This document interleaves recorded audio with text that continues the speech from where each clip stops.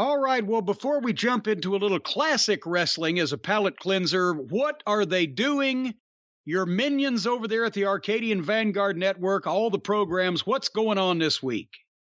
Lots of exciting things happening this week, but speaking of minions, I should make mention, if you hear some noise, Julio and his minions are outside right now. Is he down by the schoolyard? He's doing whatever he does to the grounds here at Last Manor, but he's making a lot of noise at an inopportune time. Thanks, Julio. This week on the Arcadian Vanguard Podcast Network, check out all the shows on Twitter at Superpodcast or on Facebook, facebook.com/Arcadian Vanguard. A few notes. This week on Shut Up and Wrestle with Brian Solomon, Brian's guest is Brian Greenberg from the film I Like to Hurt People. Hear all about the Sheik and, of course, this famous mockumentary about Detroit wrestling. When did you first see it, Jim? Oh, my God. It wasn't released for, 10 years after it was shot. And then whenever it came out on VHS, I think is when I saw it. We'll hear all about the inner workings, the behind the scenes of the film I Like to Hurt People on Shut Up and Wrestle with Brian Solomon. I saw some of the stuff actually shot. They were shooting footage for that in 1976 in Indianapolis with the Sheik and Bruiser at Market Square Arena in a cage. So, and then 10 years later, I saw the finished movie. Hear all about the finished movie. SUAWpod.com or Shut Up and Wrestle with Brian Solomon, wherever you find your favorite podcasts. This week on Stick to Wrestling with John McAdam, John's guest is Jim Valley. And they're talking 1987. Who was the best wrestler? What was the best match? Find out all of that and so much more. 1987 Wrestling Talk with John McAdam and Jim Valley. Stick to Wrestling with John McAdam, wherever you find your favorite podcasts, or McAdamPod.com. And of course, the 605 Super Podcast, The Mothership! Go through the archive today at 605pod.com, available wherever you find your favorite podcast. Something in the works, stay tuned, but go through the archive. The Mothership!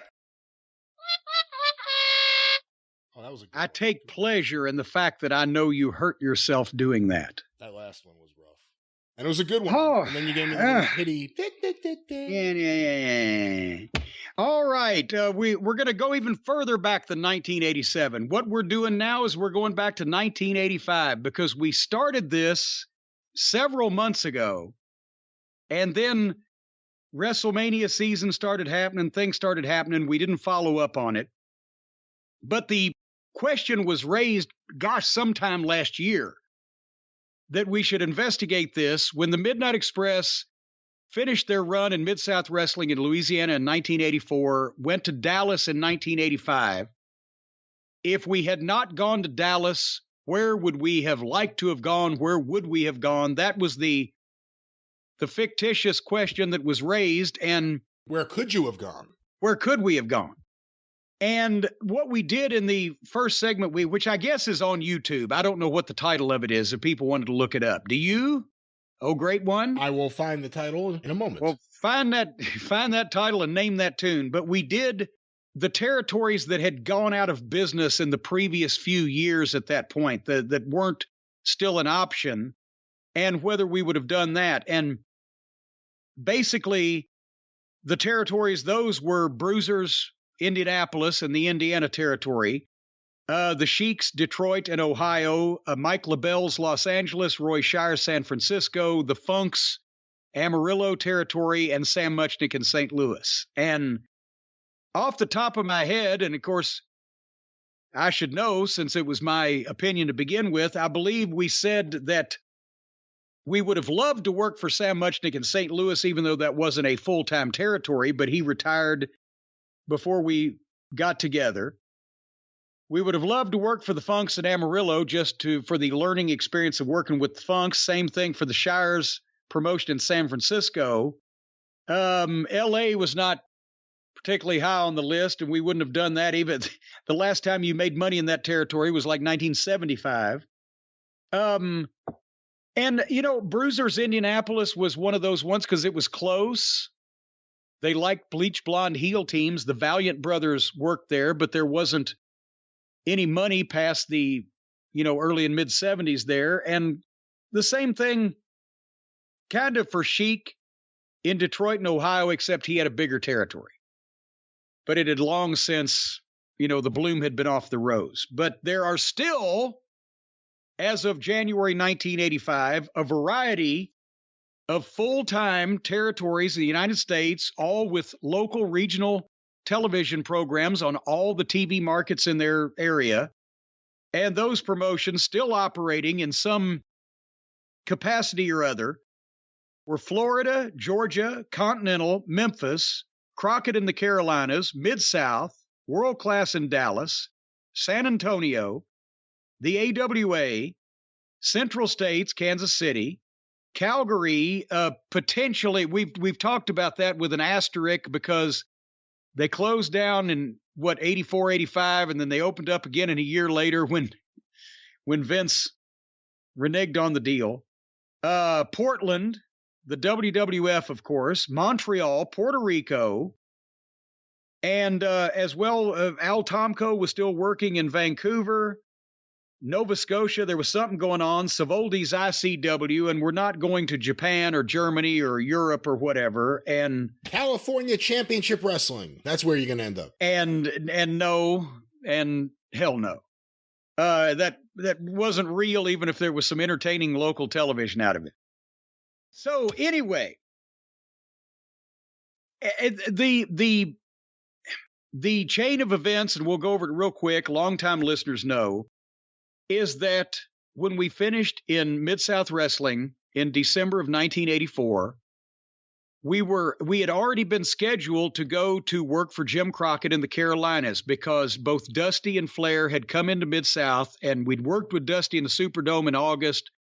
I think it was August, September. Flair had seen us when he came in for matches with Kerry Von Erich. So they had made the invitation. We didn't have to ask. And that's both the booker and the top star, so we were pretty safe in that invitation. So when we found out from Bill Dundee that we'd be finishing up and putting the Rock and Roll Express over in scaffold matches around the territory, we called Crockett, got a start date. And that's when then we were called back by Bill Dundee and or Bill Watts at various times because they wanted us to go to Dallas and work for Fritz so that they could still get us for big shows like the Superdome, Oak City, whatever the case, back in the Mid-South territory. So out of loyalty and a sense of duty to the Cowboy and Dundee, we called Crockett back, told him the situation, we were going to go to Dallas. So that's what we did. And so we will take Dallas and World Class off the list of places that we would have gone because we already went there, right? But having said that, we've talked about there were positives and negatives, the Dallas territory. The positives were we were only working 5 days a week, sometimes 6.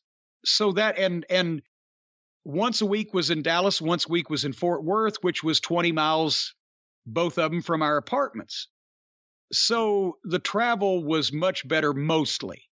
We just got finished with a year in Mid-South with, 7 days a week working in the double shots on Sundays, plus a 6-hour interview session every Wednesday, 2 hours from our house. So that was a pretty full schedule. And we were doing 3,000 to 4,000 miles a week in the car on the bad weeks, 2,500 on the good weeks. So the schedule in Dallas was better, but also the money was about half of what we were making in Louisiana. And we enjoyed being in a city like Dallas where you could actually go to a restaurant once in a while with this new free time we had because there was nothing of that in Louisiana. If we did end up in Baton Rouge or New Orleans or Houston or Oak City, a fairly big city, we couldn't really go out in public that much because people knew who we are and it would start a fight. So we got rest in Dallas, lesser schedule, half the money, but we got a chance to rest up our bodies and our minds. It was a smaller talent roster in Dallas, but at the same time, I've talked about Ken Mantell's booking. It was simple and easy, They didn't give a lot of complicated finishes to the boys, the Von Erich boys. I've never understood Mantell's booking. It was just, he was kind of a babysitter and writing names down on cards. Their business, where it was working, and where it didn't. And nothing you did at that point really made any difference in it. The Freebirds and the Von Erichs had Dallas and the Metroplex as hot as it could ever be. And it was still fairly hot when we got there. If you were in Dallas or Fort Worth, one of the big shows, or that Metroplex area 100 miles around, that was great. Trips were short, houses were okay, payoffs were decent. You'd go to Arlington, 5 miles from our apartment, do a $15,000 gate at a spot show at a high school gym. And by the way, in 1985, $1 is the same thing as $2.68 today. So if you made $100, that was the equivalent of $268. This jives with my Wendy's calculator also. You know about the Wendy's calculator? No. You calculate the price of a triple combo then and today. And then you see if the inflation calculator is about right. And in 1985, a Wendy's triple combo was just under $5. And now can you get out of there for like 11? So it's about right. Anyway, so the booking was blah. It was a smaller roster. We've mentioned our frustration. We loved working with the Fantastics, but not every night for 6 months.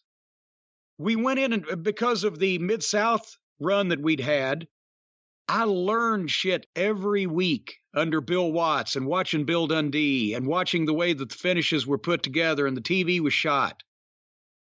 The only thing I learned in Dallas was the stuff that I could pick up on my own, how to be more comfortable doing longer open-ended TV interviews. Just getting more experience. You didn't learn anything from the booking, learn anything from the way the TV was put together, maybe some of the production.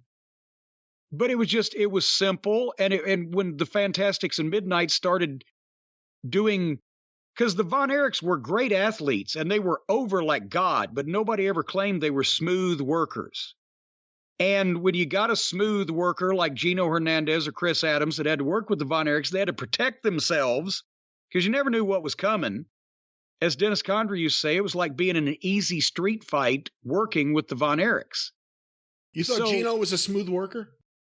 Well, overall, I hate to speak ill of the dead. Gino was an okay worker. Gino Hernandez's legacy and or mystique has grown. He was a great talker and he looked good and he worked the gimmick. His work was, to my opinion, dealing with like a Carolinas territory or high-level NWA territory. His work was average.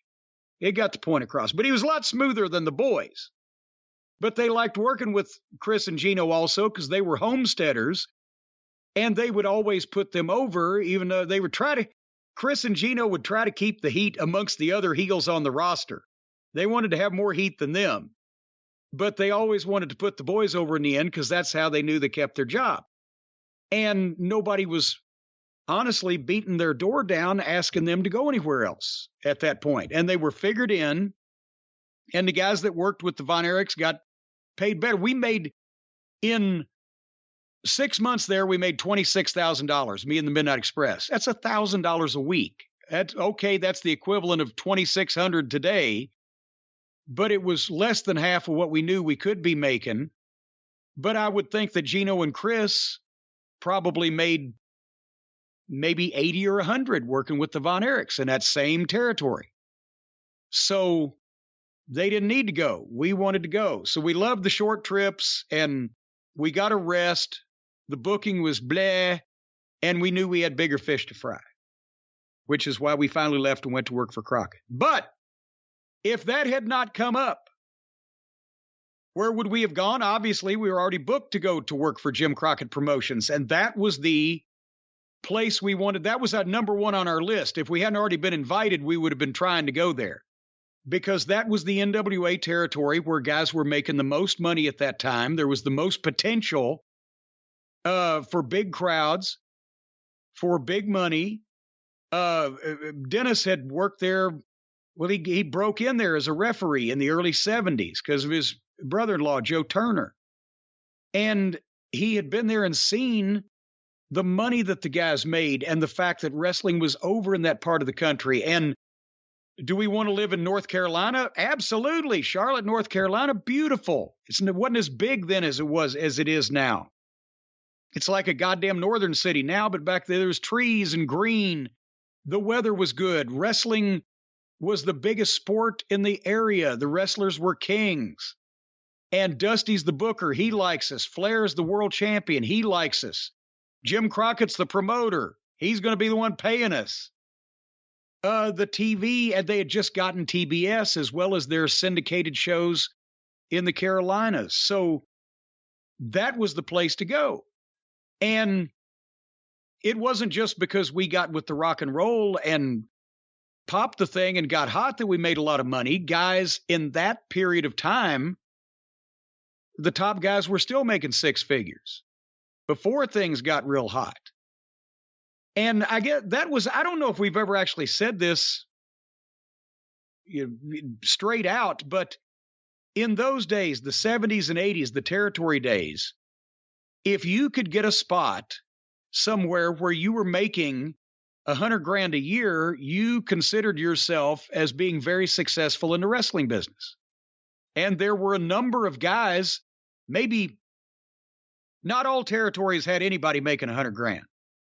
And in Memphis, they had one. It was Lawler. In other territories, there might be a few. But when you look at, go ahead. I'm just curious. I never thought about it in this context, and I know Lawler had a better deal than everyone, and I know especially after 77 what the deal was or what it was supposed to be and then what it was.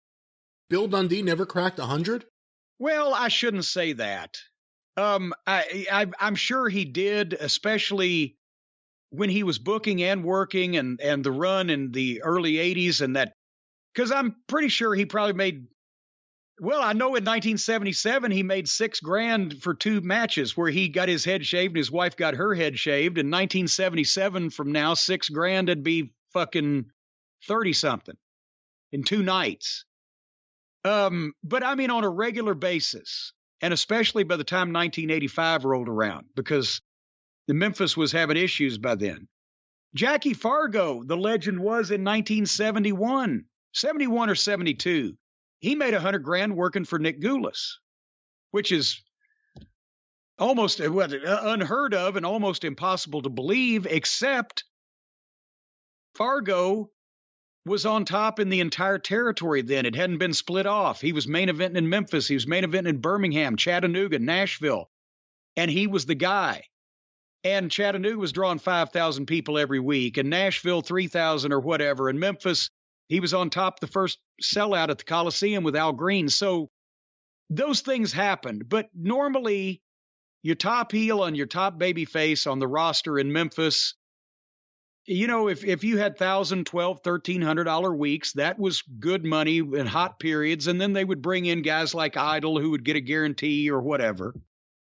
But still, the point is, in all the territories, there were numerous guys making 6 figures, the big stars in wrestling. Nick Bockwinkel told me this was in 1982. He worked for Gagne, and this has been happening since the 70s. They only ran 16, 18 days a month, but they were almost all major markets, and Verne had small cards, but big names on them, so he paid well. Bockwinkel was making over $100,000 a year working, like I said, 16, 18 days a month in Minneapolis for Verne, which would be 300 plus today. And he had so many days off, he was able to go and work shots in Memphis or work shots in Georgia or Houston, where he ended up buying in with Bosch for a while. And so, you know, Nick Bockwinkel, was he going to hit maybe almost $200,000 one of those years? Would that be over $500,000 a day? Sure. He was one of the elite, but he wasn't the elite because the NWA champion was on top of that. And so was Andre, and so was Bruno, whatever. Anyway. Hey, in terms of managers, did Heenan ever tell you what was the first time? Did he make $100,000 a year before Vince? No. Well, I mean, you know what? He probably did with Verne. But see, that's why Bruiser never paid him anything. And see, think about this. Heenan, besides shots, made a few shots in Memphis when Jarrett had the deal with Verne and made some in Georgia when Nick went down there. But Heenan really only full-time went from working for Bruiser for, 8 years? And then working for Vern for 8 years, 9 years, and then working for Vince until he went to WCW at the end of his career. So Vince made him more money until he got the WCW contract. But I would imagine, especially as figured in as he was, he had $100,000 years for Vern. But he made probably by the time Hogan got there, 82, 83. I don't know if he would have before then. That would have probably been it with those big houses, and he was, figured in and managing whoever Hogan was working with. But still, okay, in the late 70s, if he'd made 80, that'd be the same thing as 200 and something a day.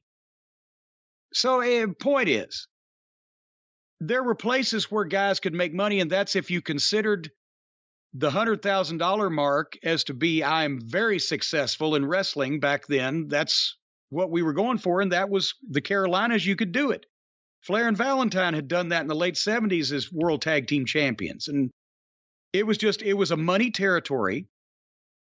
The change in bookers from the setup that they had with, who was it? God, it was Dory, and they had 3 bookers, one for North Carolina, South Carolina, and Virginia. Gary Hart was in that too. Gary Hart, Dory, and somebody else, and they changed to Dusty. And a lot of the old guys left, a lot of new guys came in. It was a rebuilding period, but by 85, like I said, they'd gotten the TBS Saturday night slot. They had strong TV. They had decades of standing in the Carolinas, and they were already doing some business, and they're going to do another Starrcade. So we wanted to go there. Let's say we couldn't have. Let's say there was a big fence around that territory, or whoever ran it hated us. We couldn't get in. So we've ruled out World Class because that's where we went. We've ruled out Crockett because we can't go there. And we've ruled out Mid-South because we just left there. So now it starts narrowing down. Now you've got to start making some choices between finances and what territory would fit you the best. And I mentioned that in the AWA, they were making great money. But Vern at the same time was old-fashioned. They were smaller cards. They were older guys on the card. They were more Midwest names: Bockwinkel, Stevens, Mad Dog, Crusher. Bigger guys in most part. But in 85, they started as a team, and Randall 86, but Gorgeous Jimmy Garvin and Steve Regal were at one time during that period of time the top heel team in the AWA, and they're the ones, when the Road Warriors decided to go to work for Crockett full time, the Road Warriors put the belts on Garvin and Regal, and they did some kind of kabuki-ish switch so that the Road Warriors could do a job without really doing too much of a job. But Regal and Garvin were kind of Midnight Express flavored. They were the same size. Jimmy was not, the worker that Bobby Eaton was, but he could talk, and he had the pretty boy heel look. And Steve Regal, and that's not to be confused with the current William Regal, but Steve Regal, Wilbur Snyder's son-in-law, he was a tremendous worker and athletic and fucking in shape. And then they had Precious, so they had a package. So Vern would use the pretty boy heel teams. He didn't really understand all the modern gimmicks. When he brought the Fabs in, he couldn't understand why they were over and kind of sabotaged them. But for an easy schedule and for making the most money, the AWA would have been a place to consider. But they're, like I said, they moved at a snail's pace in terms of the exposition of the programs and the angles. There weren't a lot of guys on the card. There was not a lot of variety. And, I don't know that we had a ton of prospective opponents. I don't know how the Midnight Express versus Crusher and Mad Dog would have come off. If you had gone there at the beginning of 85, you still could have potentially had Midnight Express against Gagne and Brunzell, and then Brunzell jumped. The other thing is, if you had gone there in 85, you and the Midnight Express would have likely had Remco action figures. Oh, joy. And whatever royalties came from that. I hate to miss out on that. I think I would have done better in the AWA than the Midnight Express. Because Vernon showed he liked a manager that could talk, but I would have probably been put with goddamn Crusher Blackwell or something. And I loved Crusher Blackwell, but and then the problem would be living in Minneapolis. Here's me and Bobby Eaton and Dennis Condrey, Southern boys. We're going to go to the coldest place in the country. And then we'd be flying to every event. You know, Denver's a flight. Chicago's a flight. You can't drive any of those towns. That's why they flew everywhere. You know, and the TV show kind of blew because the interviews were great, but they never had a main event match except once a year. So I don't know whether we would have been exposed and portrayed to our best advantage. And while it was a lucrative territory, we would have, did I mention, have to live in fucking Minneapolis. And it gets cold up there. However, if I could ask a question while playing devil's advocate, this is early 85, so you're still pretty young. Yeah. I mean, they're still able to talk you to going on planes and jumping on scaffolds and all sorts of shit. Yeah. Dennis has been around a while, but Bobby, this is, you know, his first big break. I mean, it was a year earlier that he got his first big break. If you had gone up to the AWA in 85, centered out of Minneapolis, so you would have gotten a nice summer, but that's the year they were doing Pro Wrestling USA. So you would have been working on shows on the East Coast. You would have been working at the Meadowlands in Baltimore. So that's another thing to think about. You would have been traveling more than the average AWA wrestler. And that's also the year they run Atlantic City and they open up Vegas. Yeah. But they were in conjunction, Pro Wrestling USA, the AWA was in conjunction with Memphis and with Crockett. And who else was involved in that at one point in time? At the beginning, it was like Watts and Crockett and Jarrett and Gagne, and then it was Gagne and Crockett, and then it was Gagne, and that was it. Watts saw real early. I don't need to be involved in this. But yeah, so I mean, that would have been a potential possibility. To go more, not only towards home, but also more toward our style, more toward how we would be presented to the best of the Midnight Express's ability with opponents that worked the same way and angles that we understood and everything. You're looking at Florida, Georgia, Continental, and Memphis.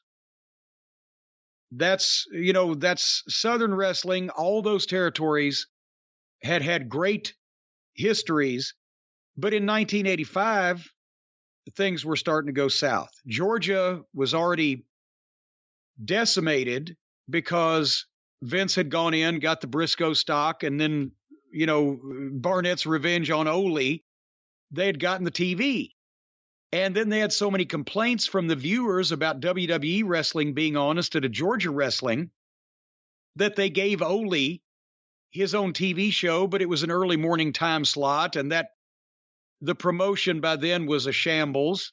And that's why Crockett would pick the whole thing up later on that year. So would we have loved to work Georgia Championship Wrestling in the 70s when every major NWA name was there and the Omni was hot and there were 10 or 12 or 15,000 people in those shows, and it was literally a one-state territory plus Chattanooga, Tennessee, where the longest trip was 200 miles, and you had a day off every week, and again, it was Southern wrestling. Georgia, as a fan, I always wanted to go see the matches in Georgia. I loved that Omni show I saw at the WFIA convention in 1980. This was a big deal. And in the day, you could make a fucking lot of money working Georgia. Just ask Dusty Rhodes, ask the Funks, ask the Briscoes, ask any major NWA champion. Ask Ole Anderson. Ask Ole Anderson. See, now here's another thing. Ole Anderson, in the late 70s, as one of the top heels and tag team in the Carolinas and being the booker in Georgia, before he even had a piece of the office, I think, he was making $250,000 a year. That's triple that today. Because he was figured in, and he was in the office as well as being a top guy. But Georgia, and They would fly guys in stars to the Omni, and Barnett had to pay those guys. So there were, $1,000, $1,500, and $2,000 payoffs coming out of the Omni in certain circumstances. But the Omni made the Georgia guys weak. But then when Columbus and Macon were doing business, a main event payoff there would be $250, $300, $350. If you were a office favorite, maybe more than that. Well, triple that now, double it at least. So this is not brain surgery. You were making $200 or $300 a night when the fucking, minimum wage was $3 or whatever. So Georgia, yes, had a history of being a great territory, short trips, great fans, money to be made on top. You lived on the outskirts of Atlanta. This was before the traffic was anything like what it is now. We used to leave at fucking 4:30 in the afternoon from the south side of Atlanta. Georgians, you'll feel me on this. We could leave from the south side of Atlanta near the airport at 4:30 on a weekday, and we could be in Augusta by 7:15. Nobody else but the Georgians will know how impossible that is today. Yeah, I was going to say, how long would that take today? Till Thursday. So anyway, Georgia wasn't an option in 1985 if we'd have just had a place to go, we probably could have got in there, but it wouldn't have been a thing to do. Florida, this is tough because things changed in January 1984. Well, any more questions about Georgia first? Well, no, when you said before Georgia Southeastern or Georgia Continental, Florida, and I forget what the fourth one was. Memphis. Respectfully, you named 4 places that the Midnight Express and Jim Cornette are going to take a major pay cut from the year before. Yeah. You're not going to make money in any of those places at that time. Right. And that's with Florida. Florida, again, was a place where at one time every wrestler in the business wanted to go. And that's why that up and down, you go look in the 70s at those cards at the Miami Beach Auditorium or St. Petersburg, the Bayfront Center, Jacksonville Coliseum, huge names. I mean, I've got a poster from the 60s. One of the preliminary matches featured Karl Gotch versus Boris Malenko. Holy shit, what a fucking shooter's dream fest that might be. Winner gets Buddy Rogers. There you go. But Florida was a great place. Everybody wanted to work there because of Eddie Graham and also because of its geographic location. When you were in Florida, the wrestling, again, was the biggest sport local to Florida, except maybe, Miami. Most of the other markets didn't have pro sports teams back then. Everybody loved wrestling. The ratings were huge. The shows were weekly. They ran those old 70s cards. They would run 2 towns every night in the state of Florida. So that company was running, probably 12 to 14 shows a week, especially in the summertime when you get out for all the spot shows. And they kept a large roster. The money was not spectacular, but the thing was that Eddie Graham was smart enough to know that every wrestler, let's put it this way, how many pro wrestlers enjoyed working out at the gym, going to the beach and tanning, swimming in the ocean, and hitting on girls in bikinis? How many of them? Oh, I'd say just about all of them who are straight, of course. There you go. That's why everybody wanted to go to Florida, to live in Florida, to work the Florida territory, and to learn from Eddie Graham. And there were Rick McGraw.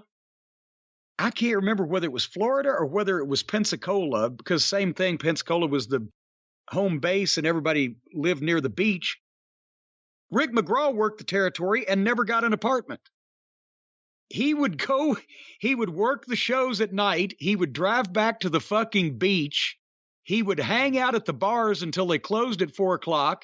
He would sleep on the beach until like 10, take a shower at one of those fucking shower things, go work out at the gym and go to the next town. He never got an apartment. And I mean, so if you wanted to do that kind of thing, Florida was the place to do it. The rats were impeccable. They were the Fabergé egg rats of the entire business. And they all were devoted and trained perfectly. And they were massive amounts in every town. The trips were all the same, so all the guys knew where they were going, blah, blah, blah. And for the Dusties and the Briscoes and the Funks and the guys on top, you could still make that $100,000 a year when you were figured in a place like that. The hot run that Dusty had in 74 that sold everything out, I have no idea what they were paying like back then, but translated into today's money, it would have been significant.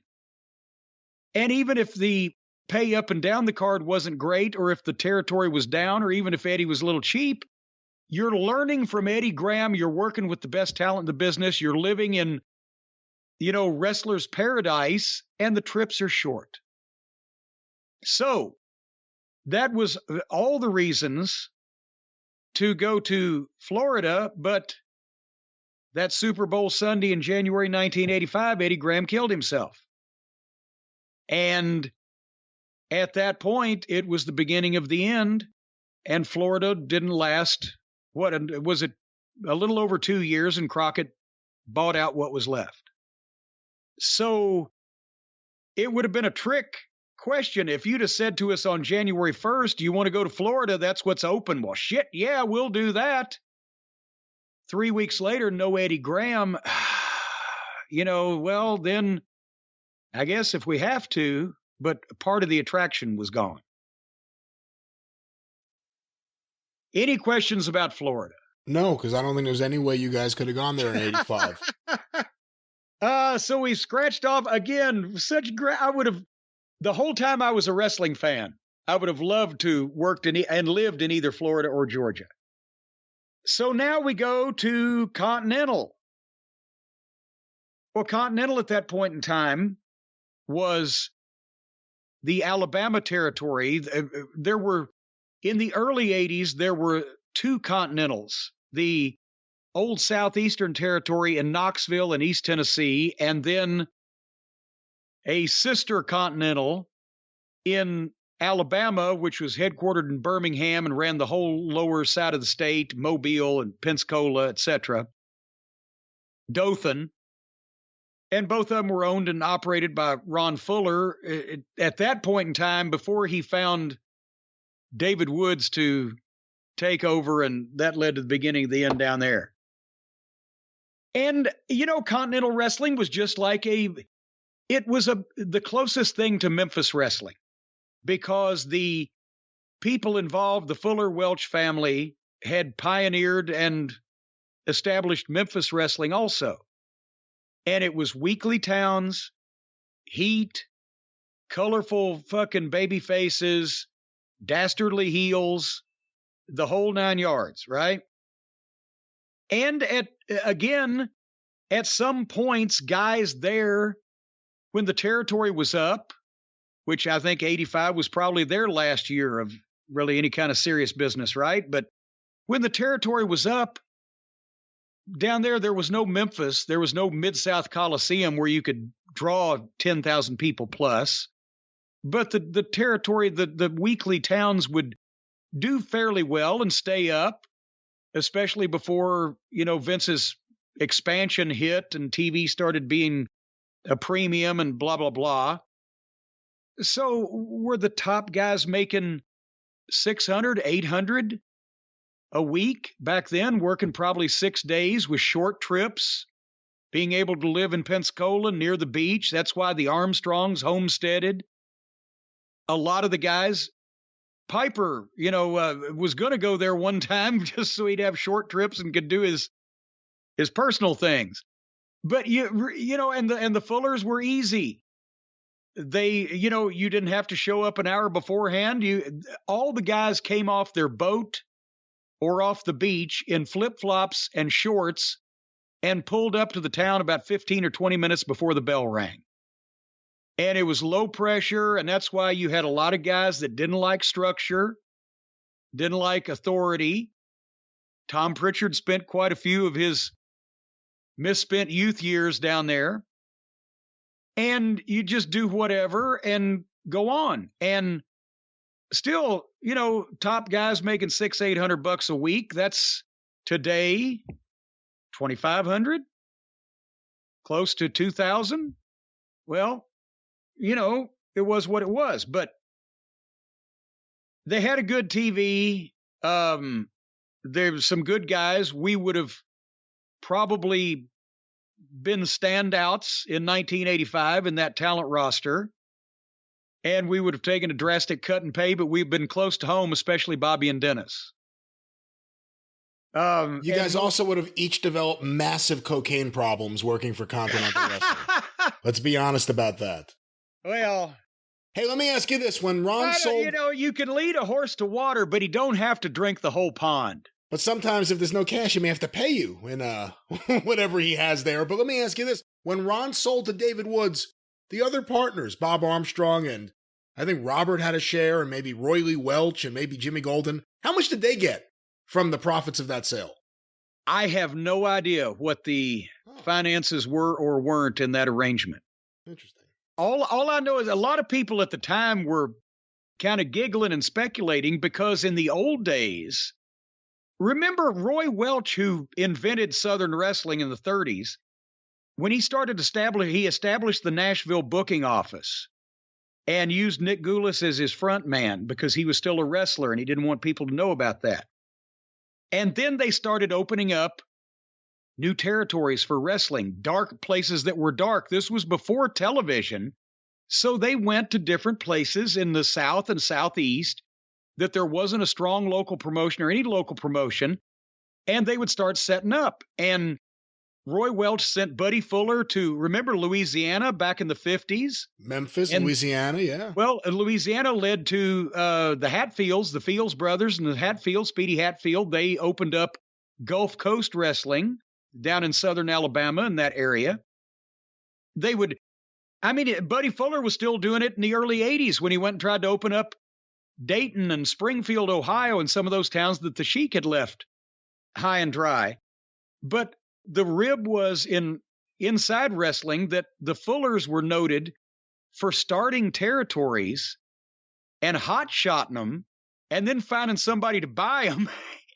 And then they'd buy it. Well, now they've hot-shotted it and it's ready to go down anyway. And plus whoever bought it didn't know what the fuck they were doing. So they would end up being almost out of business shortly. And then the Fullers would buy the territory back for fucking less money than they fucking sold it for. And then they'd run it up again.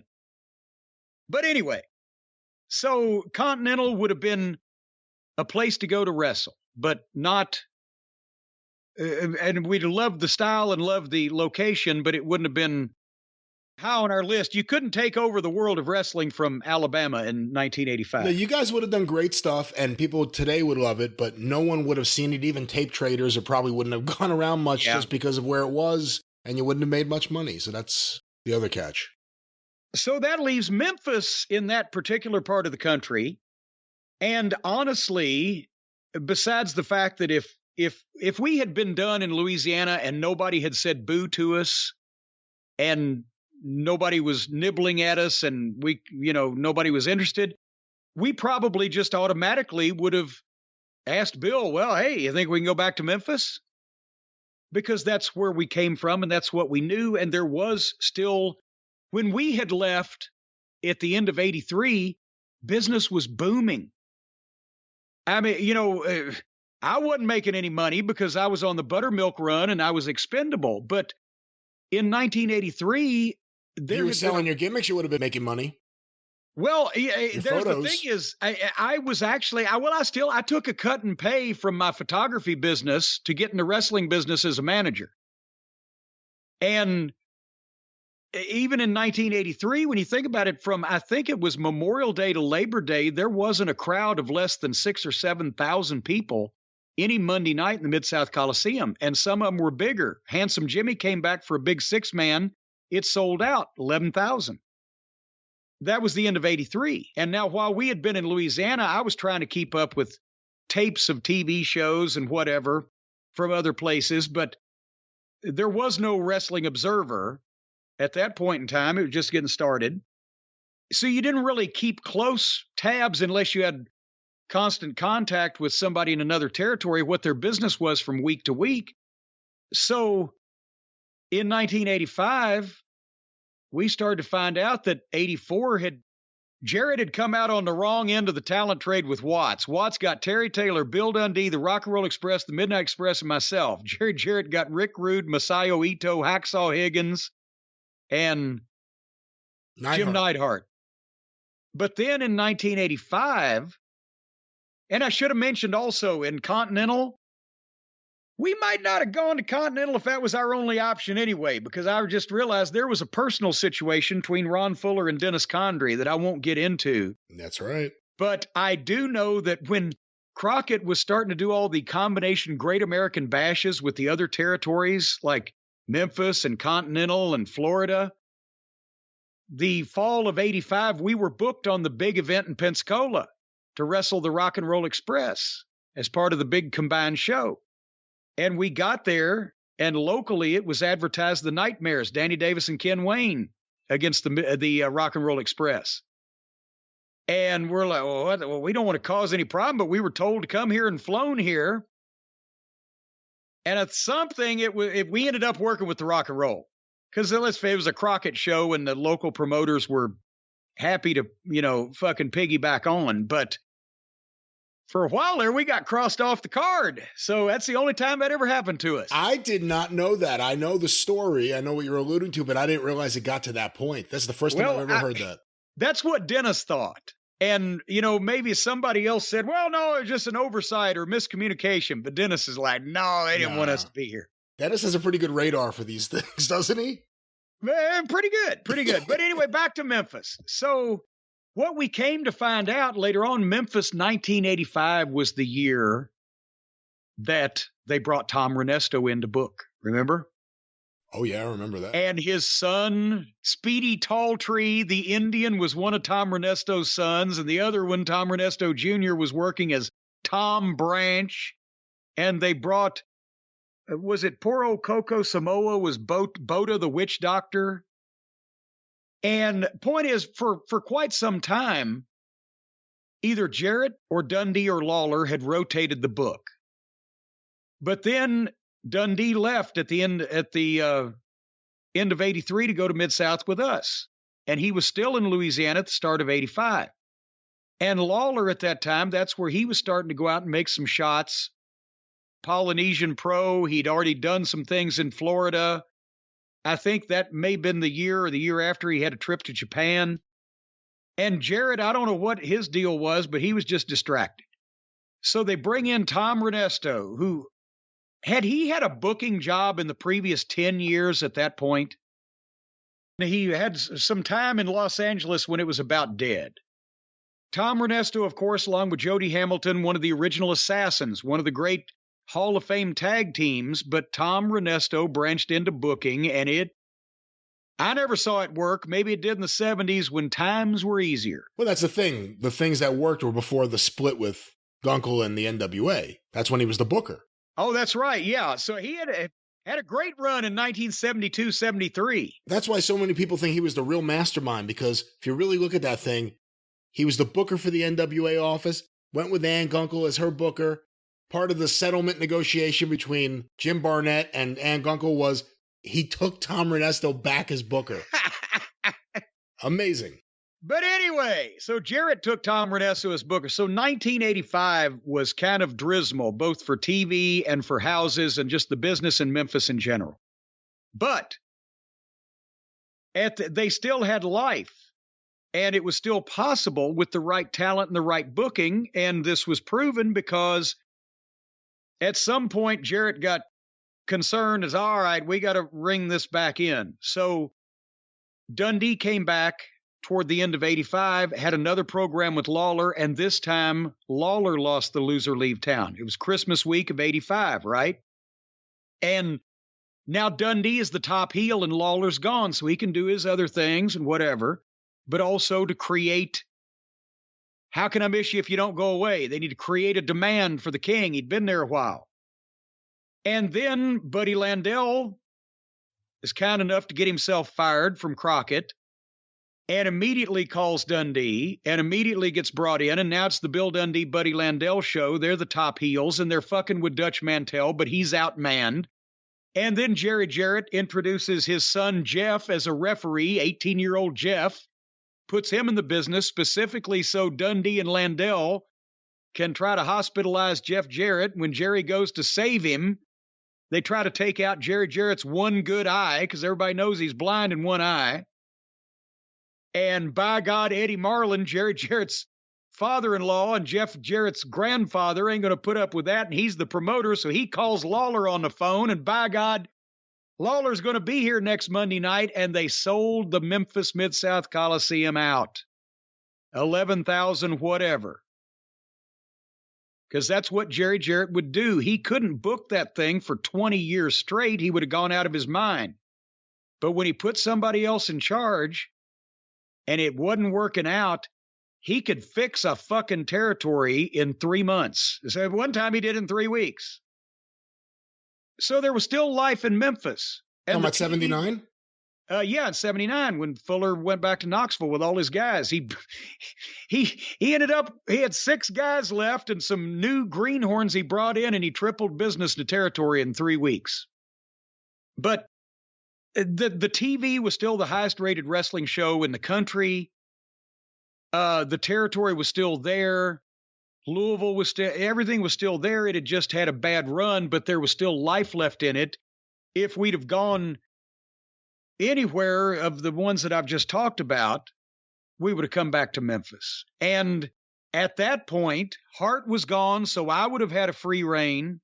Because, I mean, let's find, bless Jeff Walton, but Tux Newman was the top manager in Memphis at that point in time, right? Because he knew Ernesto from when Jeff was the publicist out in Los Angeles. No, he came in before Ernesto. Did he come in before Ernesto? I believe so, yeah. Well, regardless. Point is, I think between me and Tux Newman, I believe I could have submerged past that challenge.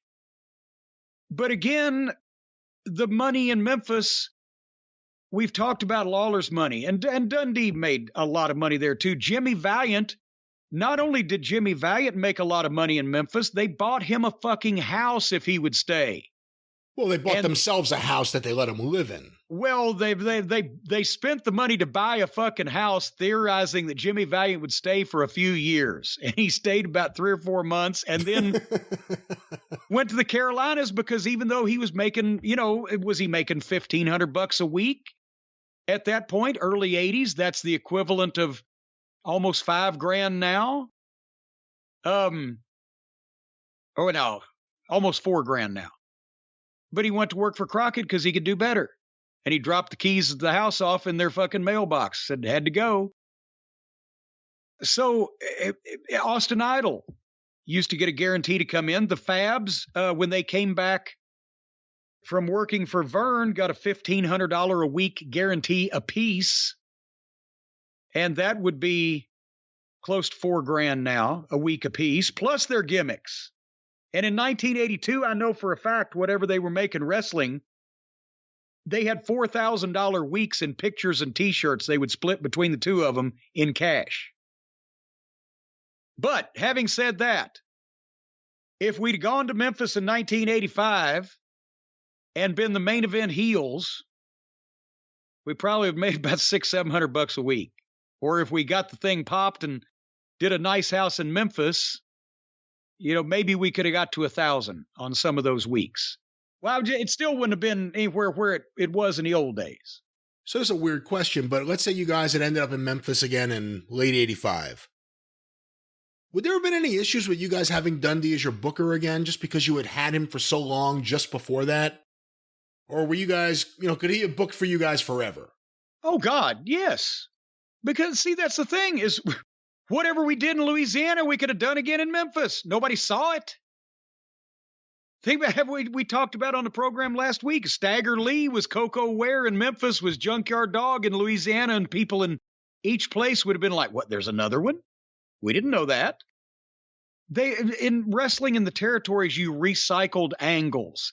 You tailored them to fit the individual situation or who you were working with, but The idea of, Ricky Steamboat got his face scrubbed on the goddamn concrete floor. 10 years later, Ricky Morton did. Or, we fucking broke this guy's leg so he can come back, or we blinded this guy in one eye, or whatever we did. And Dundee also, the thing is, the bookers wanted their own talent. Because not only when talent found a booker that liked them and booked well for them and put them in good shit where everybody made money, they wanted to stay with that booker. But when bookers found talent that could carry out their shit and could produce with it and make it even better, that's why they brought them in everywhere. That's what Buddy Rogers didn't even invent that, but he perfected it. His guys went everywhere. The guys that he could work good matches with and the guys that could support him and draw underneath went with him everywhere. So it wasn't about we want a new fresh booker for fresh ideas. No, we want this motherfucker that's committed to putting us over other people and letting us do our shit. And we'll make it different and come up with stuff. Because again, it wasn't so micromanaged in those days.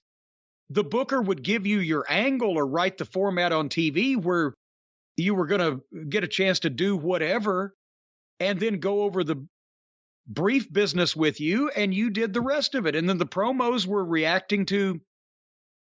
Somebody actually asked me one time on Twitter when we replayed the Bloody Jacket promo after the week after Paulie clocked me with the phone, right?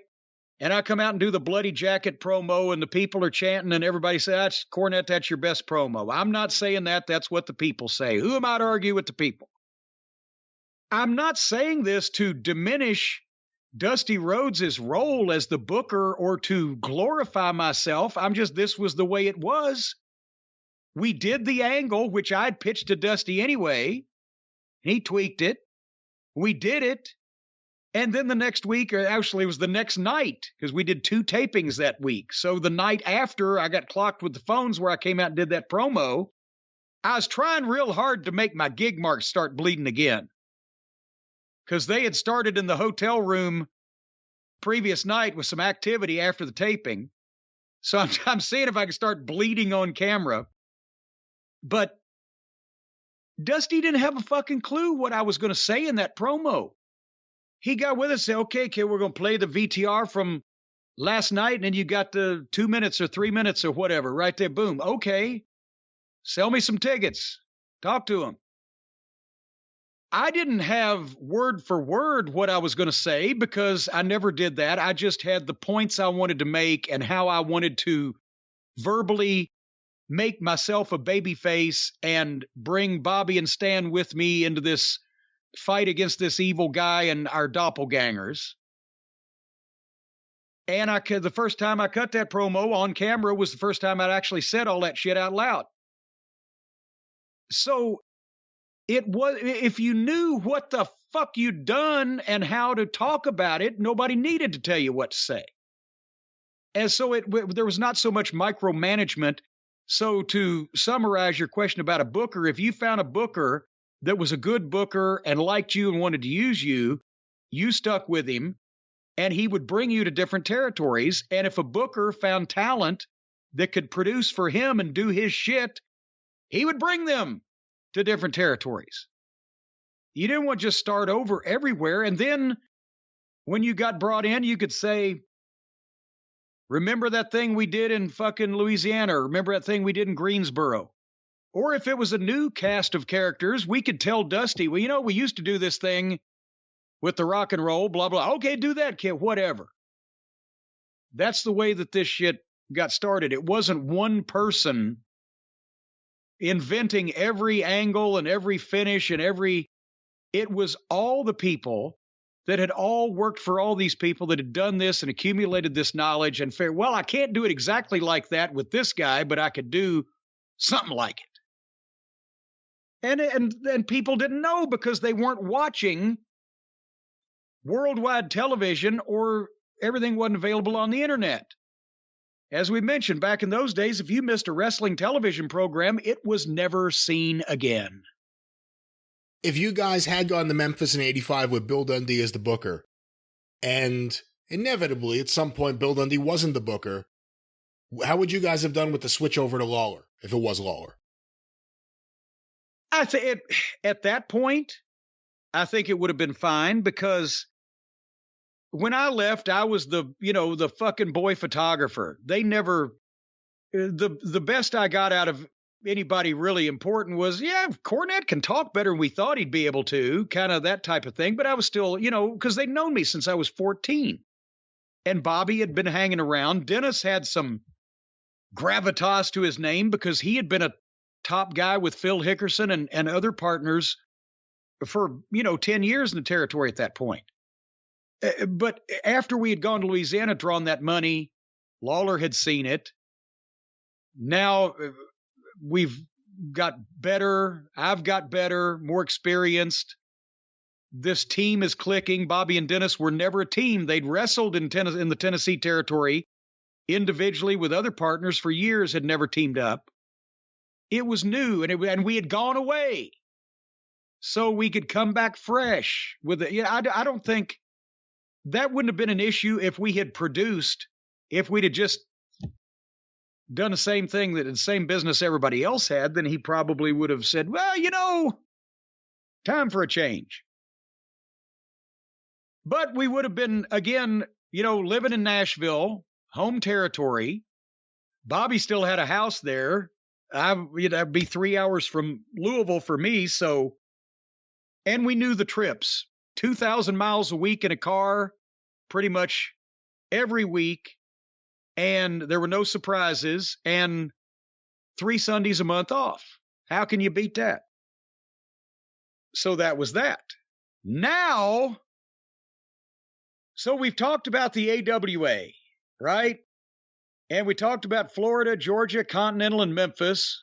Carolinas is not an option because we're talking about if we didn't go there. We've just left Mid-South, and we've obviously not going to Dallas because we've just talked about Dallas. That's where we did go. So now it starts getting a little fucking skinnier. San Antonio at that time, the San Antonio territory had been all right. And Southwest Championship Wrestling was probably the best that it had ever done, would you think? Joe Blanchard's territory, mid to late 70s to early 80s. San Antonio was never a wrestling mecca, and besides San Antonio itself, there's not a lot of big towns down there. Joe Blanchard started because that was home for the Blanchards. They had settled there. But just as a territory San Antonio did better business when it was part of the Dallas-Fort Worth booking office territory. And then later on, when they were affiliated with Paul Bosch for a while, but on its own, there were some memorable incidents, but there was nothing to write home about. And it was not a big money territory. And unless you were from South Texas, it ain't the greatest place in the world to try to travel. By 85, it was a no-money territory. They had gone broke in 83 in the midst of their attempt at expanding. They tried to go into Houston. They tried to do different things. They lost the USA Network running out of money. Their deal with Norm Kietzer fell apart with them owing him money. So 85 is a couple years later. It's not even Southwest anymore, I don't think. No. Or was it still Southwest, or did it change over by that point? Well, here's the thing. There was a couple of people got involved. And you mentioned in 83 was the big attempted expansion, Adrian Adonis being the world champion, and they tried to run Houston and blah, blah, blah. By 1985, there was a San Antonio territory still there. I don't think it was involving the Blanchards anymore. But remember, that was where they still did TV in San Antonio, where they had a Spanish announcer and an English announcer, which that's fine in South Texas, except the problem was both of them were standing there holding stick mics 2 feet from each other. And every time you'd watch the TV, the different language would bleed over onto what you were watching, and you couldn't understand what the fuck was going on. And who was the announcer? Steve Stack. Yeah. And that's where Fred Ottman was the original Big Bubba. That was 85, I think. Yeah, Yeah. because I would watch the TV when we would be down south for Fritz and World Class. I'd see this TV on late at night. Did you get to catch up on more tapes in World Class because of the schedule? You brought up how you would try to keep up with everything in 84. Tons more. I was able to watch everything in Dallas because fuck, you'd get home Saturday night from wherever the spot show was. You wouldn't have to go to work till Monday, and that'd be in Fort Worth. Except it was Sundays, we'd have to go out to Lubbock or Amarillo or maybe, whatever. But no, it was easy to keep up on everything. But how much did that schedule cause people to get into trouble? Do you think? How much of it was a natural, they're young, they're making lots of money, it's the early 80s, they're going to get into trouble, and how much of it was they've got nothing to do for days at a time? Brian, from 1985 World Class Wrestling, besides me, who's still alive? There aren't many. You just answered your own question. So anyway, San Antonio, there was a guy named Fred Barrand. Yeah. That had taken over promoting the South Texas towns for Fritz. At the same time, there was still that office in San Antonio. Barron may have had a part to play in that at one point. I think he was a bail bondsman, had a little money. But whatever the point, they're running a small little territory in San Antonio that's not doing anything. At the same time, in 1985, Fritz's World Class, San Antonio, it was 300 miles from Dallas, down the interstate. That wasn't bad. And you'd go to the Joe and Harry Freeman Coliseum, and the house about 12 grand, 15 grand. I remember one time I think they brought Flair in for a title match, and we did like 30 grand in San Antonio, which was more back like in the old days, because San Antonio was a good wrestling town at one point, but there's nothing around it, no other major cities. And at that point, like I said, if San Antonio's doing 10 grand, 12 grand, 15 grand, you would go to the spot shows that they'd run down there, and you would basically be in front of anywhere from 75 to 300 people, sometimes in a tin shed out in a mud field near the Mexican border. And there was a $100 guarantee because the boys couldn't fucking, even at $100 for a Corpus Christi or Harlingen, Texas. Look that one up on the map, folks. If you flew Southwest flew to all those towns. And back then, a Southwest plane ticket was only $29 or $39 each way. The Greyhound bus of the air, right? But then you got to stay over because you can't catch the last flight out. And then there's a hotel, and there's $40, $45. And then you got to eat. So the situation was that whenever we would be booked in Dallas or Fort Worth or the spot shows around the Metroplex within 100 miles, short trip, going to be a good crowd, going to be a pretty nice payoff, that's great. When you go to South Texas, it's $100 minimum guarantee for the talent, but you're going to lose money because that's all you're going to get because the show ain't going to draw. You've spent $50 on a plane ticket, $50 on a fucking hotel, plus you've eaten, and it's a day and a half out of your life to get down there and back. So we would drive, in which case now you've got three guys in a fucking car driving 500 miles each way for $100, but at least we'll get back quicker and we'll save a little money. And then when we'd have to go out to West Texas because there was no more Amarillo territory, whereas the Funks, Amarillo and Lubbock had never been big money towns either, but they'd been steady towns for 50 years.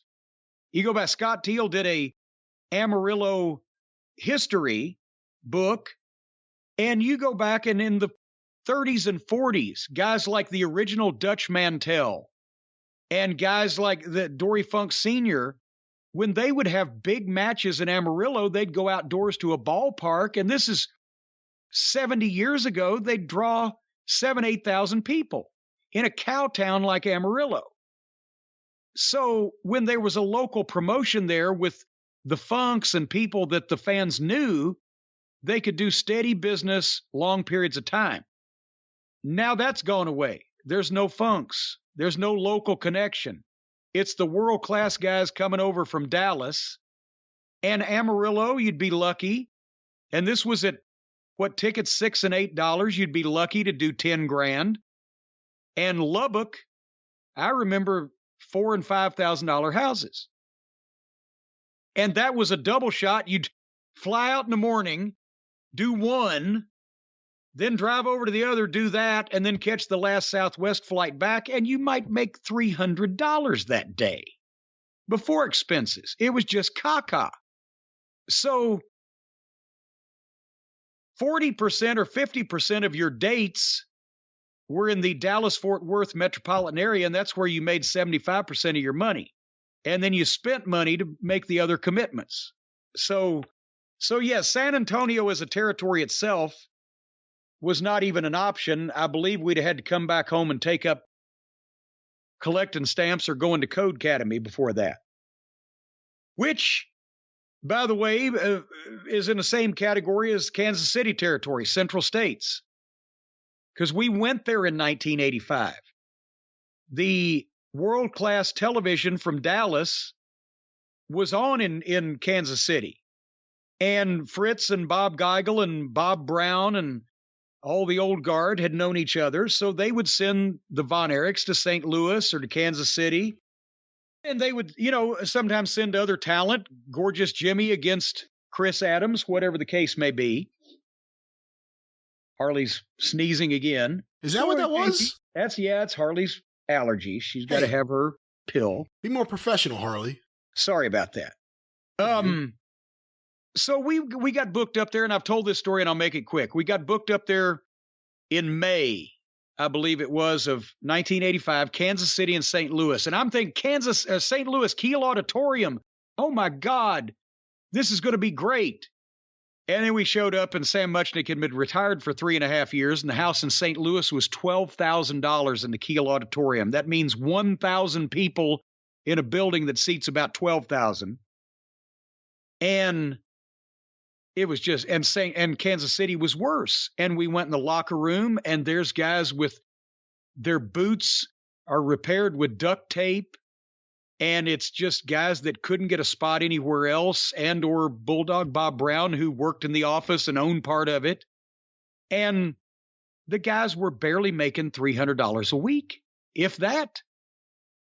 And so, we made that shot and got $100 a night, and then found out as we were going to Crockett, we were booked back into Kansas City. And that's when I had to call Bob Brown as the booker and say, talk to Bob Geigel or whatever. We can't come. We flew from Dallas to Kansas City, 2 flights, checked in a hotel, rented a car, came to work for you, and then flew back to Texas the next fucking day. We lost money.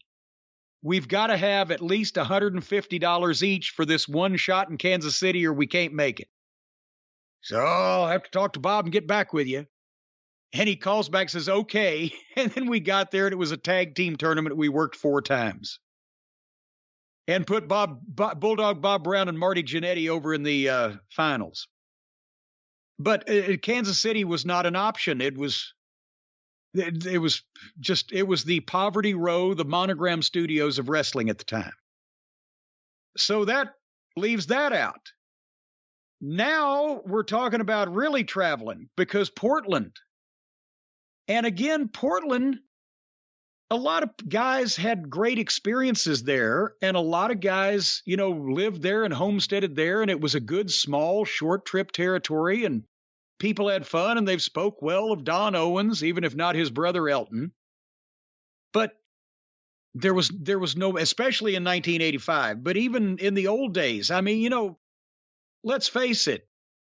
If the hottest it ever was with Piper and Buddy Rose and all those guys, I don't know those guys ever got a check for $1,000. It just, maybe when Seattle at one time was drawing big money back in the 60s and early 70s. And if the guys got on those shows, maybe there was something to be said for it. But Portland, besides, we had talked to some of the guys that had been out there. It rained constantly. It was short trip territory, but it was completely on the other side of the country from anywhere we'd ever been. The TV was kind of primitive and was what it was. And I don't know, I guess, I'm not even trying to knock the place because I was never there, and I know a lot of guys liked it, but think that was one of those places you went when you were starting or you were finishing or you lived there. Did I say that right, Brian? That was a place a lot of guys ended up living. Piper ended up living there. Buddy Rose lived there. And there weren't too many guys other than the top guys that were making great money, but not necessarily Southeastern or Continental. It was a place where people talked about the easy lifestyle and the fun lifestyle more than anything. Right. And so, it was a trade-off, but if you were thinking, I am going places in wrestling, I am becoming a bigger star and or I have big things on the horizon, you didn't go to Portland. So that kind of eliminates that. So now, wait a minute, let me check these off. Boom, boom. We're down to Angelo Savoldi's ICW in the Northeast, which was kind of a glorified independent that ran a live event schedule using guys that had names from other promotions and local guys. And that wasn't something that you did on purpose unless you were doing, like Kevin Sullivan worked for him a lot because Kevin was booking different people, different places and getting TV tapes and doing international stuff. He had business reasons. You didn't wrestle for Savoldi then because you wanted to make a steady living and had options, right? Did I articulate that fairly well? There weren't too many options at all in the Northeast after, Vince Jr.'s national expansion. It hit every place there was, but in the Northeast it was a little different because it had been, there had been so many small shows for so many years, shows in Brooklyn and Queens and all over the place. All of a sudden Vince pulled out and a lot of those local promoters started doing their own things and bringing wrestlers in. And of course, the Savoldis had previously been involved with WWF at the time, had an ownership stake in it. And then they decided to run small shows, but it really wasn't a full-time territory. And if you took it seriously, it probably didn't last too long after the first check he got. That's a good way to put it. And I would think the same thing could be said of the Vancouver territory and Al Tomko at that particular point, right? At Vancouver had drawn big houses under Dean Silverstone, was it? Back in the late 60s, early 70s, Kaniski was huge there. They had done some 12,000 people houses in the big building in Vancouver. It was hot for a period, but not at this point. It was kind of Poverty Row itself at that point. And we mentioned the asterisk about Calgary, and I'll be honest with you, even if Calgary, Danny Davis, he wrestled there several times and he liked it. He lived there, had an apartment, could make the trips. Danny's tougher than the average bear. There was never huge money in that territory, but guys got breaks like Dynamite and Davey coming from England or the Japanese guys coming from Japan. It was a gateway to North America. And, Wayne Ferris went there and became Honky Tonk Wayne, and David Schultz was there. For a lot of the Tennessee guys had gone out there. But goddamn, it's cold. Those roads, the ridiculous ribs that were at a whole nother level that, honestly, if some of the ribs that I've heard about in Calgary got pulled in Tennessee or Louisiana or the Carolinas, somebody might have got killed. And I'm talking on purpose, not by accident. I'm talking about the retribution would have been a murder.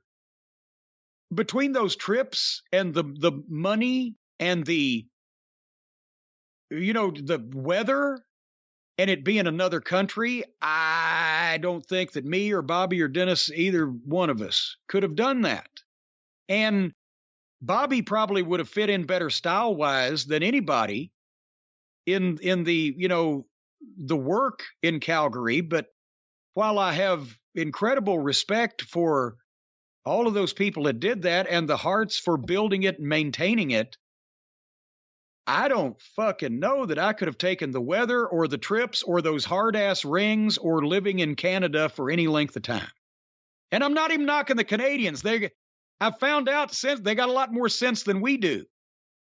But for that amount of money that far from anything, I think I told you that time I was at the Calgary Stampede pay-per-view in 97, the Big 10 man, and we left there, and I'm driving to Edmonton that night, And it was 10:30 at night, and it was still broad daylight, and there were farmers on tractors in the fields. I said, I'm way too close to one of the poles or the other. This doesn't seem right to me. So that probably wouldn't have worked. And Puerto Rico, we don't even need to talk about. No. That was before Brody got killed. Dennis would have gone. I think Dennis had been, maybe once. You thought Louisiana was rough. but no. See, that's another thing I didn't mention about Continental Wrestling. I'd have been stabbed in Dothan, Alabama. I firmly believe that's another thing, because the Continental fans, they weren't as wild and Cajun as the Louisiana fans, and some of the guys didn't have as much heat as they had in Louisiana. But when you found the right guy in Dothan, Alabama, or Montgomery or whatever, he'll fucking stab you in a heartbeat. That's where the only time Dennis ever got cut. He got cut in the Southeastern Territory. So, no, I would have never gone to Puerto Rico. I don't think Bobby and Dennis would have been overwhelmed to do it either. And that brand, Nova Scotia, seriously. As a matter of fact, Dennis Condrey and Phil Higgerson went to Nova Scotia in the summer of '77 and lasted 3 weeks against Ricky and Robert Gibson. A whole bunch of Tennessee guys were brought up by, who was it? It was Al Zink then. Because Rene Dupree's father was Emile Dupree was the promoter in Newfoundland and New Brunswick, but I think Al Zink ran Nova Scotia. Regardless, Condrey and Higgerson went up with the Gibson brothers, work a program, and they were up there for about 3 weeks, and they got in a riot, one of those hockey buildings where the people surrounded the ring and weren't going to let them out. And the cops put their hands on their guns and sided with the fans and were hot at Condrey and Higgerson. So suddenly here came David Schultz with a fucking hockey stick, like a helicopter blade over his head, cleared a path. Dennis and Phil jumped out of the ring, followed Schultz, grabbed their bags, got in their car, went to the airport, came fucking home. I think Schultz did, and I think the Gibsons may have left shortly afterwards. They were supposed to be there for the whole season. It didn't work out. So really, at that point, you're left with Montreal, which was not a territory per se, but a wrestling promotion in Montreal doing still big business with the Rougeaus against the Garvin brothers and that period of time, and the Joe LeDuc. And I don't think they were running a full schedule, but they were running several, like Montreal, Quebec. That's redundant. Montreal's in Quebec. Montreal and Quebec City and etc. And they were doing big houses there and flying some guys in, but it wasn't a full-time territory. And I would imagine the Midnight Express could have had a heck of a run with the Rougeaus, but there wasn't a lot of long-term benefit to Montreal at that point. So we've narrowed everything down except the WWF. Or now the WWF as of 1980, And Japan. Well, I said at the top, we were not going to talk about Japan, Germany, Europe, because then that gets ridiculous. And the boys might have gone to Japan. I wouldn't. I didn't need to. You know, they didn't need managers. The WWF never came up. We didn't talk about it until Ernie Ladd called us that time in '86 and we went up and met with Vince. We never, because it wasn't wrestling it wasn't wrestling to me even back then. And I don't think Dennis and Bobby really, you know, you watch the Tuesday Night Titans and the comedy shit and, oh, fuck, and they're exposing the business and whatever. We didn't think that was our style, that we would be presented to our best capabilities. We didn't want to live in fucking New Jersey or wherever we heard those guys were living. We'd already heard by the early part of 1985, those guys are on the road in a plane every day for 3-4 weeks at a time before they see their house. I mean, the schedule in Louisiana was one thing, but going major city to major city across the country every day for a few weeks, we would see our home every 2 or 3 days, even if not for long. But that would be weeks, and that didn't compute to me. And I mean, Bobby and Dennis would have gone for money. I was still kind of the same way then that I was now. I thought that it was bad wrestling and I wasn't interested in it. So it never came up that we should go there until Ernie Ladd called me that day in Charlotte in my apartment and said, "Have I ever lied to you? You can make more money than you ever dreamed of. Vince is going to take over the world. He's got me scouting people." So, yes, we're going to listen to what Ernie Ladd has to say because it's Ernie Ladd and he knows us from Louisiana and has a good grip on what we can do. And then I've told that story before. We flew up and talked to Vince. It was dolls, not action figures. That phrase hadn't been coined yet, but it was dolls and opportunity. No talk about I can make you this amount of money. No talk about you can work with these people. No talk about you're going to run with the belts. No talk about anything, just opportunity, and we got dolls coming. So we got back to Charlotte and never talked about it again. That's as close as we ever got to going to the WWF. Did that play any role in Dennis leaving? Because that's always been one of the rumors. No, and without making him mad, and he probably won't hear this, but that's something he said so that it would sound good so that people wouldn't question him about the real reason, which he told us later and we were understanding of and have not revealed since then. But no, it was fucking 9 months after our meeting with fucking Vince, he left. Do you realize if you had no integrity whatsoever, you would have been fantastic on Tuesday Night Titans?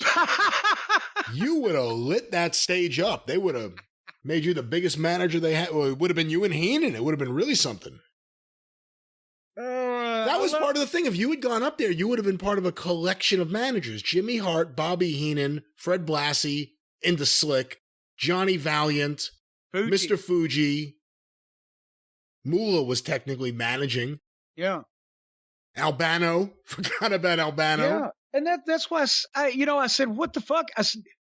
I mean, there were managers. I was the only manager in Louisiana to speak of. I mean, Akbar came in a couple of times from Dallas at that point. And then I guess when we went to Dallas, Akbar came back in or whatever. Yeah, but he came back towards the end of your run and he left just about a month or two right before your run. So you had a run where you were the only manager. I was the manager. But with Crockett, JJ, Paul Jones, God damn it. Baby Doll. Well, seriously, I'm talking about legitimate managers. Paul Ellering with the Road Warriors, but he was a baby face. So it was me and it was JJ and it was Paul Jones for most of the time. And we were all three different and we didn't conflict with each other. But at the same time, I looked at that also when we were already working for Crockett. And I said, well, here we're figured in. There's not a big field of managers that I have to be lost in a shuffle in. There's not a tag team that can compare to the Midnight Express, but there's certainly not 16 teams. And that was the thing, how much we were in a spot where I was getting a 2-minute promo on 5 different television programs every week. And the Midnight Express, we're getting a win on almost every single one of those shows every week, if not every one. And go to the WWF and my every show 2-minute promo becomes a 30-second pre-tape once every 3 weeks or whatever, or, how many people can you concentrate on? And we didn't like the style. I didn't like the style. Boys could have, kind of dealt with anything, but we weren't the type of wrestlers that got over there because it was about our performance instead of the way we looked standing there. And so it didn't fit. However, if you had gotten an LJN, and at that point in time, they probably would have made, I don't know, maybe up to 150,000 of the Jim Cornette LJNs. A, you could resell them for a great price today. And B, those things were weapons. You could have used those in so many different ways to hurt people over the years. Well, and that was the one time when I started thinking again when we heard that the Iron Sheik got an $80,000 check for fucking dolls. I'm like, what the fuck? But that's misleading because remember, he was in the original batch of 5. Well, yes. And see, we didn't know anything about that or merchandising or birthing no babies back in those days. But then I said, that's the thing. I said, he's a heel. I said, how the fuck? That's when we heard. Harley just brought her ball to me. When we heard, oh, we got dolls, we're like, well, how is that going to affect us? We're heels. We wouldn't want people to buy our shit. That would mean we didn't have any heat. But even back then, Vince wasn't concerned with having people believe the wrestling business, which is why, above all else, I guess we knew even at a subliminal level,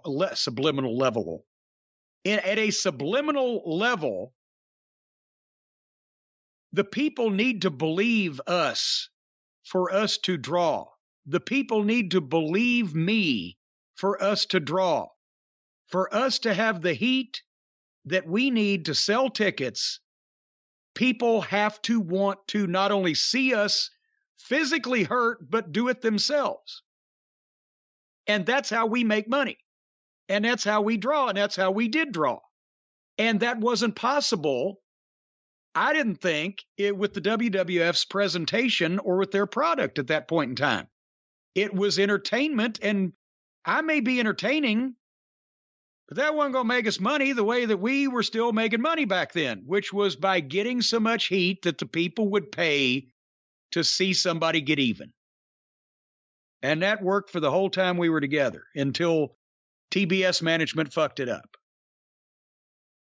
So, but the WWF would be the place, besides, out of this entire list, the two places in wrestling you could make the most money in 1985 were Crockett Promotions and the WWF. And we were presented much better and much stronger for much longer and much more regularly in Crockett Promotions than we ever would have been in the WWF. And also, Vince would have probably tried to pull the deal where the team goes away after a while, but I stay and do something else.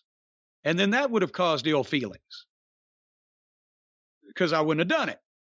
So I think we made the right choice after our little detour in the Lone Star State of Texas. Although the matches would have been great. If you guys come in as heels, it's Midnight versus Bulldogs. It's Midnight versus Killer Bees, and we could all scoff at that, but those would have been good matches. You know, Brian Blair was athletic, and Jim Brunzell, everything builds up to that dropkick, and people still pop big for that around that period of time. There would have been some shitty tag teams you would have had to work with, like the Hillbillies and various other people. Well, and we were friends with Hillbilly Jim because he's from Bowling Green, so. What about Cousin Luke? He's from New Jersey. What about Cousin Junior? No, he was from New Jersey. Cousin Luke, Gene Lewis, was Dale Lewis's brother. Lanny was Cousin Junior. He was from New Jersey. Here's something else, though, you didn't mention. If we'd gone to the WWF in 1985 and not changed anything about the way we worked, Bobby Eaton's career would have been shortened by years. The rings. The rings. He could have come off the top rope in one of those rings with that knee drop he'd have crippled himself in 2 weeks. They didn't take bumps up there. The guys that did take bumps were penalized. The guys that worked hard were penalized because it was never about matches. It was about big guys plodding along, get it in, get it out, and sell the sizzle, not the steak. So if we're talking about you going there in 85, when are we talking? Are we talking the beginning of the year? January, that's where we made our move. Okay.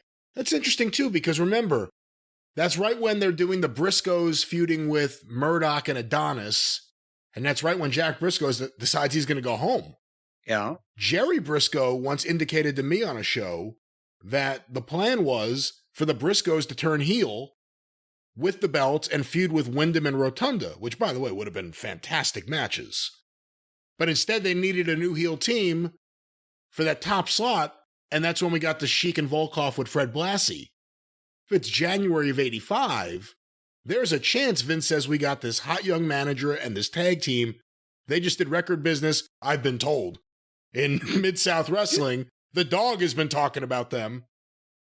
You guys may have been slotted right into that spot against Wyndham and Rotunda. Well, that would have been fun for a while, but again, the rings would have been the same. And all the people, the Briscoes were great wrestlers, but not noted bump takers. Murdoch, he could tailor his style for whatever. So he could wrestle on concrete or in Jell-O pudding. Adonis took bumps no matter what, and he didn't live long enough to suffer the effects of it. I don't, and Davey and Dynamite were used to working in Japan and in Calgary where they had stages for rings also. It would have penalized the Midnight Express to have to go work on concrete with what that we all did. But there you have it. Maybe it would have been feast. Maybe it would have been famine. We'll never know. We made the right choice in the long run. And, it just that unfortunately, if this had been 5 years earlier or 7 years earlier, not only would every single place that I just mentioned have actually been a viable alternative to go, because we wouldn't have been talking, well, but by that time there was no money there. There would have been money everywhere, and there was more on top of that in the mid-'70s. But it was just the business was constricting even at that point, and the next 5 years would see everything go to shit. And then we lost an entire generation of great young up-and-coming talent that had no place to go to learn. That's why the end of the 90s became Turner Broadcasting buying all the stars that had been stars for 15 years and Vince finally having to make some on his own because we got our supply chain interrupted for about 7 or 8 years there. But now we don't have to worry about it because the whole thing's gone to shit in a handbasket anyway. And it turns out, all things considered, and we've considered now every possible option, you guys did the best possible thing for the Midnight Express and Jim Cornette's career for the next several years, because you wouldn't have made that money or had that kind of run anywhere else, or the opportunity to. Yeah. And then there was never any thought of leaving, because it's not like Crockett or Dusty ever gave us our notice or said, well, you guys need to find a place to go. It was always, we need to find more people to work with you guys. So we're not going to quit and go backwards. We're in a company where we're making as much money as we can possibly make in the wrestling business at that point in time, and happy where we're living and working with people that we enjoy working with. So we weren't going to leave. And I have said before, I knew that eventually the Midnight Express as a team would run its course, and I had my eye on living in Charlotte for however long it took to end up booking for Jim Crockett after Dusty had enough and said sayonara. And if that had still been around, that's what I would have done. If you had gone to the WWF in 1985, would a younger Jim Cornette have gotten along with Jim Barnett? Probably not, because we didn't get along when we finally met each other. Well, you were a little more jaded to the industry by that point, and rightfully so. I mean, I would have loved the stories, and I recognize him as one of the most influential people in the history of wrestling, but I don't know if he was, at least by that point, he was a company man. If you had gone in 85, it would have been George Scott, the booker. Oh, boy. Jim Barnett working behind the scenes. Really think about the future that you guys would have. All those people, you would have run into them here. Instead of running into them and not liking them when we did later on. I get that's the thing is it's all about time and place, and what with the decisions we made and where we went, like you said, were probably the best thing without us knowing how wrestling was going to turn out and how these territories were going to go. Back then, multiple things in our minds were viable options, and we hadn't maybe noticed the previous 6 months or a year where some of those places were starting to dwindle. But within the next few years, it came up. But that's another reason we didn't ever give our notice or want to leave Crockett, because we felt we had helped form Dusty's football team that had built that thing and made it Vince's only competition. And then when Crockett sold to TBS, like I said, at first we all thought, okay, now it's going to be the same company, but it's going to be even better funded, and we can compete television and pay-per-view wise with Vince and give him some real wrestling. And then over the next 2 years, TBS tried to fucking copy Vince instead of doing what the NWA had done to make it stand out and be different, and Herd and everything else. And the whole thing just fell to shit and the business fell in a hole. And then we were like, well, goddamn, we hate working for these people, but we're making 150 grand a year or whatever. And the only option is to quit and go to the WWF where their shit's more cartoon than this is. So that's why we were staying there and trying to put up with WCW as long as we could, because at least we had a steady check and we were on television. And that's when I started getting my grand plans for, well, if there ain't any places to go anymore, we'll make one. And then I stayed as long as I could stay, but I couldn't stay no more. And I fucking left. Between the time Dusty was fired as Booker and, let's say, the time George Scott was fired as Booker / right around the time you guys came back, if you had been approached by the WWF at that period of time, because you had a lot of friends that had gone up there, JJ, yeah, Tully and Arn, Wyndham was there for a time, Dusty would end up going there, surprisingly. Would you have been open to it at that point? Well, and I must say also, glossing over the fact that when George Scott was named the Booker and we saw where that was heading, we gave our notice and actually did finish up and take a couple months off, but they had fired Scott before we finished, so they'd asked us to come back before we left. So we had already verbally agreed to come back because we wanted to. I didn't want to go to the WWF at all. Bobby and Stan were non-committal at best because they didn't really see how we'd be featured in the land of the giants either, and I just thought it was phony wrestling. So as soon as JR came to me and said, well, they've fired George Scott and they put a booking committee in place, we'd like you all to stay. That's why I said, well, we won't stay, but we will come back. We planned some time off. We need a rest. Bobby's got a bad knee. We're booked at a few shots in Continental for Dundee.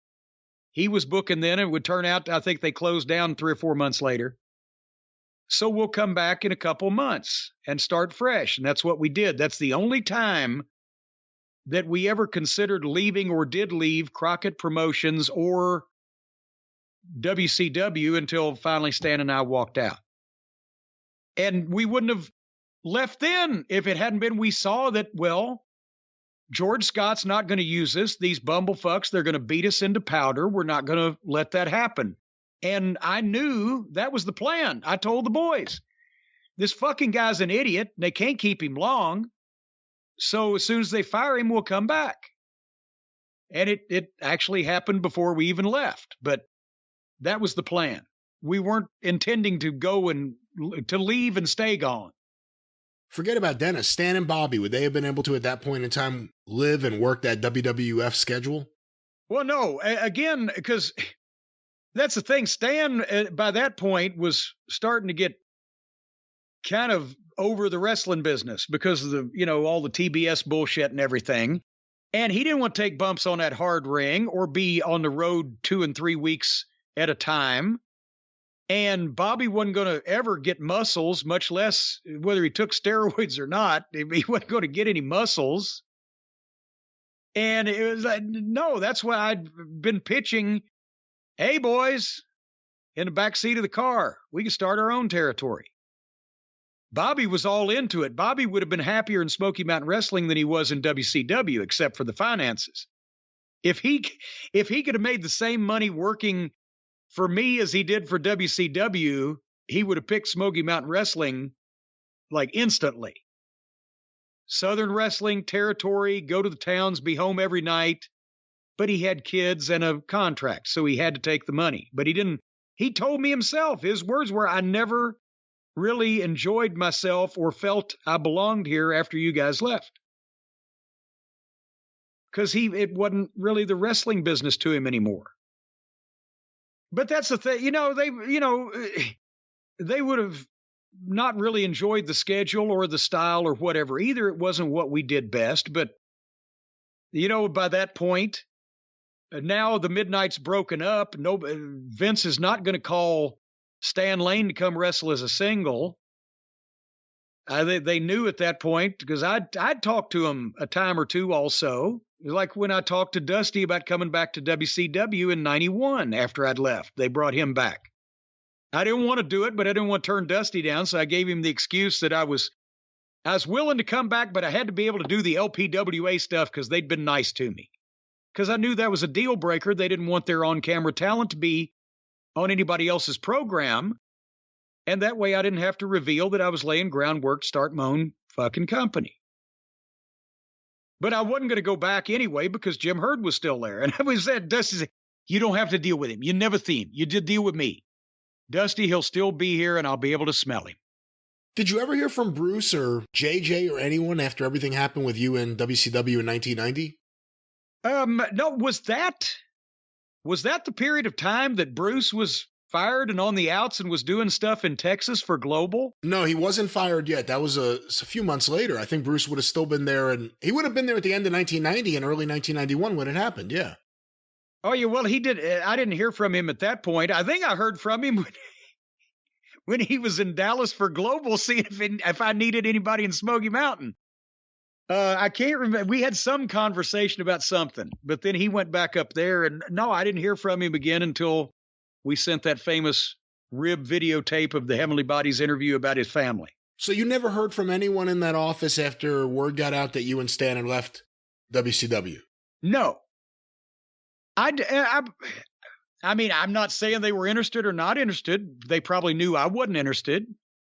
And see, that was the talk that I had with Herd. See, we walked out with the 6 months. Our contracts were up the following May. We left on October 30th, right? So that's 7 months or whatever. I came home to my mom's house here, where I'm sitting here right now, and was visiting, since I hadn't had a chance to do that in a while. And finally, it came time I had to talk to Herd. I can't remember whether he had called me or I called him back or whatever, because he'd sent a couple of letters. I reprinted one of them in the Midnight Express book. We understand there's a disagreement between you and Ole Anderson, the booker. You're considered in breach of your contract, but if you can come back and make your scheduled dates, all will be forgiven. And I didn't respond to the letter. I called him and I said, well, I ain't coming back and I don't give a shit what you think about it because I'm done. Well, we're not just going to hand Vince some talent. We're not just going to let you walk out of here. I said, well, you don't have to worry about that because I'm not going to the W. This was the exact words that I told Jim Herd on the phone. I said, I just escaped from a goddamn jack-off wrestling promotion that's turned the business into a joke, and I'm not going to another one just right immediately. So you don't need to worry about that. Jim, I've got some things I'm going to do in wrestling, and I'm going to do them whether you like it or not. So if you want to send me a release on this contract that says that I can't go to the WWF, but I can do anything else, then I'll sign that. Or if you want to send me a blanket release, I'll sign that. Or if you don't want to send me a release, I'm going to do what I'm going to do anyway. And by that following week, I worked at the Gardens for the Memphis territory, managing Jeff Jarrett against Eddie Gilbert. And he said, all right, well, I'll send you the release, but you can't go to the WWF. And when he sent me the release in the mail like a week or two later, it said nothing about it. It was a complete release and I could do whatever I wanted. So he couldn't even do releases right. There was no party that said, I should go to the WWF just to fuck Herd. No, because I was going to open up goddamn Smoky Mountain Wrestling one way or the by God other. And you know, there's no place else I wanted to go. And I lived in Charlotte, and Knoxville was fucking less than 4 hours away, right across the mountains. And I could live in beautiful East Tennessee. So, yeah, so that's kind of, there was no big major legal battle. I didn't even tell him what I was going to do, and he never asked. He just sent me the release. He was as glad to get rid of me as I was to be away from him, I'm sure. He just thought that it would look bad on him with the higher-ups if I left their television and walked straight into the WWF. And that was never what I was going to do. That's one of the big questions out there, and it's always circled around Ric Flair. what would the higher-ups, the real Ted Turner, we're going to talk higher-ups, what would he have said or done if he had known the relationship at that time between the Turner executives like Jim Herd and Jack Petrick put Herd there. That's the reason you could say Petrick. Yeah. And the wrestlers. Because he didn't know that Ric Flair was being chased off until it happened, right? Yeah, I honestly don't know what excuse that Herd was giving those people when the Road Warriors and Ellering left and Flair walked out and we walked out and everybody else that left because they hated Jim Herd. I don't know what he was telling the TBS bosses about why all of a sudden they were hemorrhaging fucking top name wrestlers, but they didn't care. See, that's what the TBS, they thought, well, it's just wrestlers. We'll find some more wrestlers. So they didn't never understand to begin with. So I don't know what he was telling them, but I know that none of those executives read newsletters, kayfabe sheets, wrestling magazines, or anything like that, because everybody that left said the same thing. We left because this place is a fucking joke because Jim Herd's an idiot. Was there any other reasoning given for leaving guaranteed contracts that were being paid by TBS at that point besides, we hate Jim Herd, he's a fucking moron? No. Well, and here's the baby. Harley Quinn is at my feet. And Harley Quinn says, I hate Jim Herd too. And Harley Quinn says, Daddy, do you need to piss? And Daddy says, yes, I do. And so we have brought Jim Herd's grave here on the air for you to urinate on. Are we finished with this territory talk for today? I think so. And you asked about part 1 of the video. Actually, we never put it up because we didn't do part 2, but part 1 will be going up tonight under Jim Cornette's territory talk on the official Jim Cornette YouTube channel. And now we'll have part 2 that we've just put in the can, and that way people will be able to keep it all together.